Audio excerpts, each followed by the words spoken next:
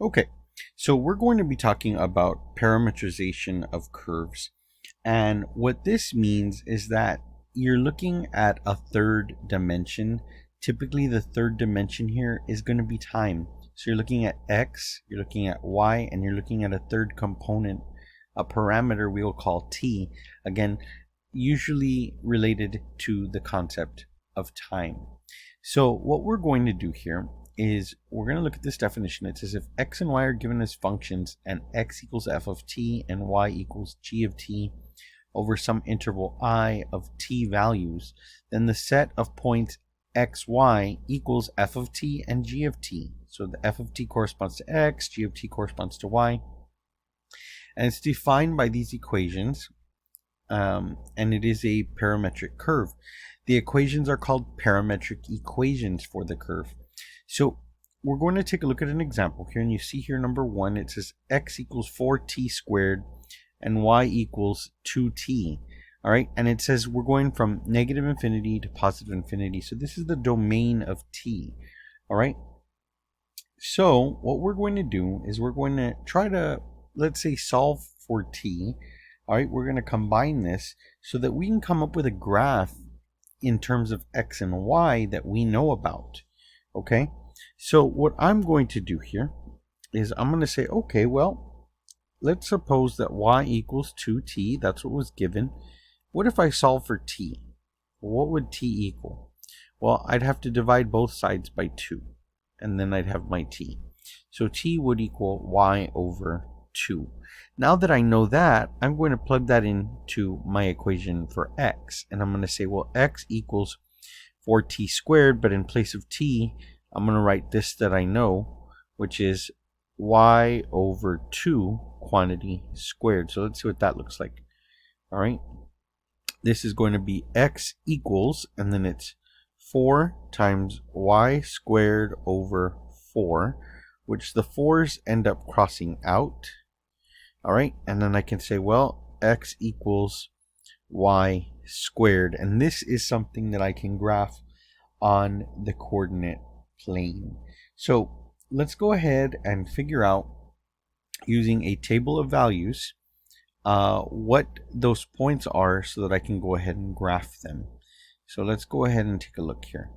If I say I have t, and I've got x, and I've got y, so let's go ahead and take a look at that. All right, so what I'm going to do here, my graph that I'm going to graph here is x equal y squared. All right, so we're going to graph that, but let's go ahead and try to figure out the points for this graph x, y points. So let's take a spread of values on either side of 0. Let's say we start off with -3, okay?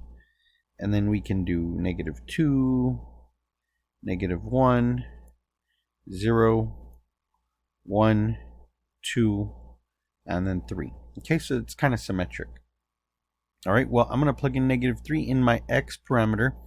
So that's -3 squared, which is 9 times 4, which is 36. And now I'm going to plug in -3 into my parametric equation for y. So 2 times -3 is going to be a -6. And then you should see that you're going to keep doing that here. So I'll do one more and then I'll fill in the table for you. So -2 plugged in for t in the x parametric equation. That's -2 squared is 4 times 4 is 16. And then -2 is going to get plugged into the y parametric equation. So 2 times -2, -4. So we're plugging in over here, all right, as you see. All right, we're plugging in these values of t into these parametric equations there.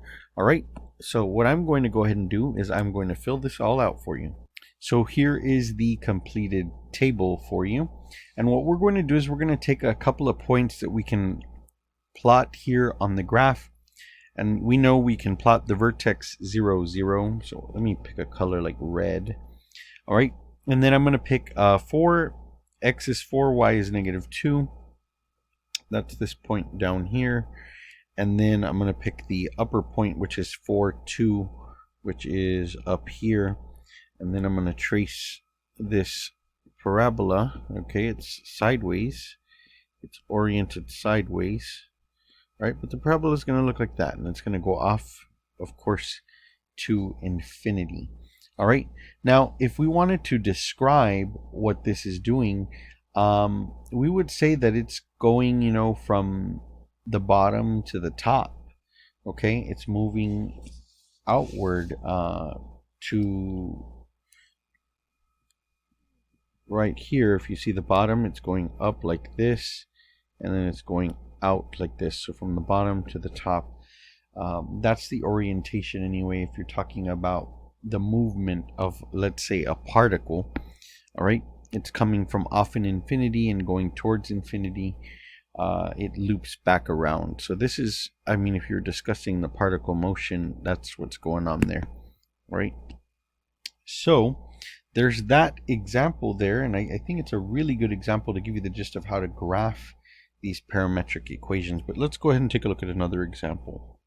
Okay, this one may be slightly easier to work with because we're dealing with linear equations, and if you're dealing with linear equations here, the graph is likely to be a line, because if you notice, both the x and y parametric equations are also linear.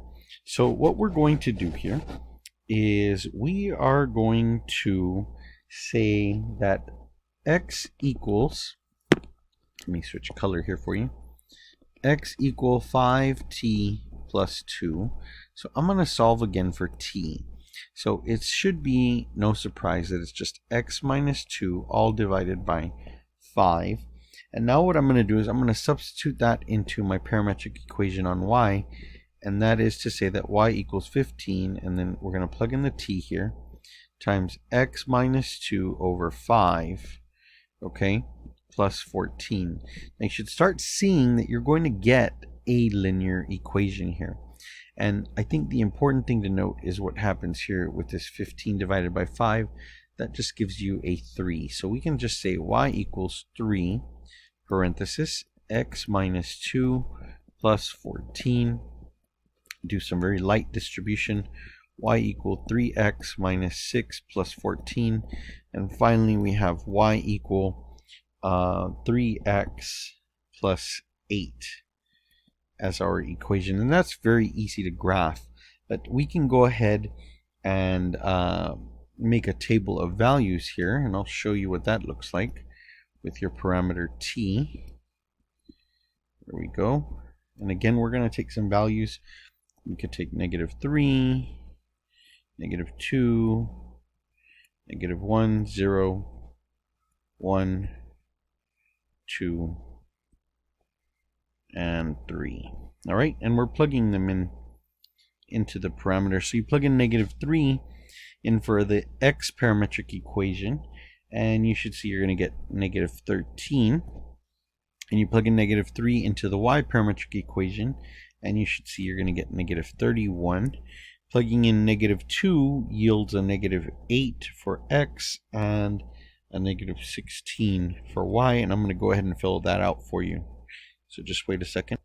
Okay, so here are the points, and we're going to go ahead and start off with, suppose, -3, -1, and that is a point right about here. Oh, actually, no, it's a little bit further up. Right here. All right, there we go. Looks better.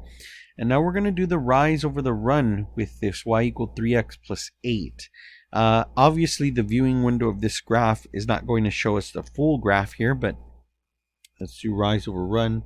Up 1, up 2, up 3, over 1. So we're going to plot another point there. All right, let me erase this here for you. There's my point. Okay, and the graph looks something like this. Okay, as you can see, it'll cross 8 somewhere up above. All right, but it's going really from the bottom to the top. That's the directional. All right, from left to right. All right, so that's what that one would look like. And of course, here are the values that you get for x and y when you plug in your t parameter. All right, and I think we should do one more example just for good measure, but let's mix it up a little bit. Let's make this next one trigonometric. Okay, so here are our parametric equations. We've got x equal 2 cosine t, and y equal to sine t, and we're looking from pi to 2 pi. So we're looking at a value of t between pi and 2 pi. Now, this one's interesting because when you think about it, if you're going from pi to 2 pi, then you're going basically, I'm thinking of the unit circle, I'm thinking about the bottom half, I'm thinking about a semicircle, but I think it's too early to talk about circles just yet. So let's figure out what's going on. I'm going to try to combine these in some way so that I can get something that's recognizable so that I can understand what it is that I'm looking at. Well, I see 2 cosine t and 2 sine t, and I'm thinking Pythagorean identity here. If I square x and I square y, what happens? X squared plus y squared. In this case, it's like cosine squared plus sine squared. What does that equal? Well, that equals 1. But let's see if I take this here. X squared plus y squared, this means that I have 2 cosine t, and I'm going to square it, plus 2 sine t, and I'm going to square it. And what should that equal? All right. Second, let me fix this. And what should that equal? Okay. Well, think about it. What do you get when you square this stuff? You have 4 cosine squared plus 4 sine squared. All right, just like that. And what can you do? Factor out the 4. And here's where I was getting at that Pythagorean identity. So you know this right here is just 1. So you have basically x squared plus y squared equals 4. Well, what is this? This represents the circle, okay, of radius 2. Okay, circle of radius 2. And if we're looking at this from pi to 2 pi, we're looking at a semicircle. All right, a semicircle of radius 2. Because remember, this is r squared, the radius squared. So that's how I'm getting radius of 2. All right, and its center would have to be at the origin. So we're looking at a semicircle, pi to 2 pi, then it's going to be the bottom half, okay? So the bottom half, all right? But we can definitely come up with a table of parametric values, so we can do that.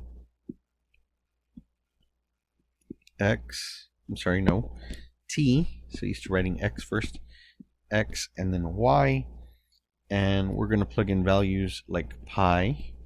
We're going to plug in let's see, the next value after that, 7 pi out of 6. Next value after that, 5 pi out of 4. Let's see, 4 pi out of 3. Now I'm getting all of these from the unit circle, just an FYI if you're wondering, where in the world is he getting this from? All right, these are values on the unit circle, all right, and you should know them. 3 pi over 2, okay, followed by, the next one would have to be 5 pi over 3, and there's a pattern to this, all right, and then 7 pi out of 4, and then 11 pi out of 6, and then finally 2 pi. All right, so you're plugging in for x pi, 2 cosine pi. All right, well, cosine of pi there is -1, so then you're left with a -2, because 2 times -1 is -2, and then the sine of pi, of course, is 0, so 2 times 0 is 0. All right, and then you can continue on, but I'll go ahead and fill in the table. Basically what we're doing is we're taking these t values and we are plugging them in right here for t in the x parametric equation and the y parametric equation. So I'll go ahead and fill this out for you. So this is what the completed table would look like, and I'm going to go ahead and take some of these values that I can easily graph on the circle, I'm sorry, on the graph, because it's hard to do these square roots, and there are the 3 points. and I'm going to go plot those, and you'll see right now what it looks like. So the first point, -2, 0, is right about here. Okay. The next point that I marked was 0, -2, which is right here. And then finally 2, 0 for 2 pi right there. All right. And those are our points, but just know, again, we said it was semicircular. All right, maybe that doesn't look semicircular to you, but I try my best. But it's a semicircle with a radius of 2, as I pointed out. All right, so that's what that graph would look like of the parametrized curve.